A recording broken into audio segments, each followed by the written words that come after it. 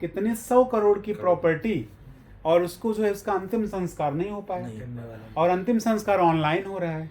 लड़कों ने कह दिया सच्चाई थी, सच्चाई।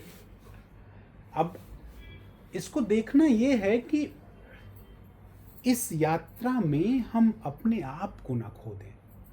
मैं इसको बहुत बलपूर्वक कहता हूं कि ये करना तो है, क्योंकि जीवन जीना है तो करना है, लेकिन उस पूरी की पूरी यात्रा में, उस पैसे कमाने की यात्रा में या सीखने की यात्रा में हम अपने आप को ना खो दें।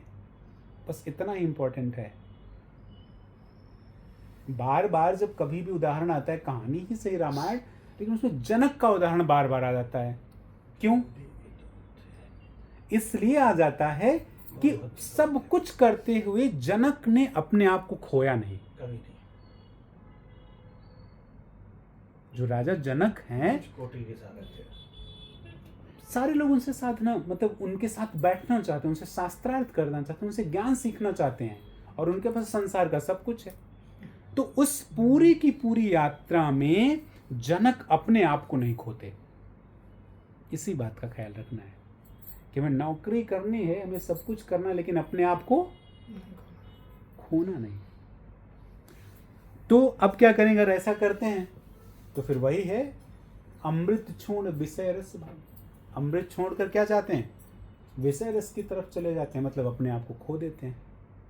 विषयासक्ति जब होती है ना, जब विषय में व्यक्ति आसक्त होता है तो कुछ और नहीं खोता, अपने आप को खो देता है। भाई अपनी पत्नी से हर कोई प्रेम करता है ना, लेकिन तुलसीदास जी जब सर्प पकड़ के पहुंच गए तब क्या हुआ? उसमें तुलसीदास नहीं रहे, वो विषयासक्त हो गए ना। पत्नी ने इसीलिए डांटा ना। कहानी ही सही सोचिए कि व्यक्ति इतना कामातुर है, ये नहीं पता चला रस्सी सांप। मतलब अपने आप को खो दिया, वो उसका अस्तित्व भान खत्म है, ज्ञान खत्म है। ये नहीं करना है। ये ना अहंकार में करना है, न क्रोध में करना है, न अप्रेम में करना है, न घृणा में करना है, न विषयासक्ति में करना है। अगर इसका ख्याल रख लें, बस कहानी खत्म। भला हुआ मेरी गगरी फूटी। मटकी फूटी। फिर तो गगरी फूट गई प्रमोद जी। अभी प्रमोद जी बैठे थे, बड़ी अच्छी बात बोले। जब व्यक्ति अकेला होता है तो दिल की बात बोलता है। तो प्रमोद जी हमसे बोले, साहब इसमें आते आते बड़ी देर हो गई, बड़ी देर से इन चीज़ों को समझ पाया मैं। सोचिए वो अंदर का जो एक निर्दोष साधक है ना, मैं यहाँ बैठा था तो उधर से आ गए प्रमोद जी बैठ, ये उस समय मैं प्रमोद जी को भूल गया था, उनकी बात सुन रहा था मैं। अंदर की जो प्यास है उसमें ये बात कि ये बात कहाँ आएगी? अब पत्नी को भी साथ में, बेटी को भी, सब साथ में है। एक अलग आनंद है ना जीवन का। बाकी तो दिल्ली में बैठ के पैसा कमाया ही जा सकता है। ये नहीं करना है। और ओहम सोहम बाजा बाजे त्रिकुटी सुन्न समानी, इसमें भी नहीं खोना है अपने आप को। कुछ लोग ओहम में, कुछ लोग सोहम में भी फंस गए हैं, कुछ लोग त्रिकुटी में फंस गए हैं।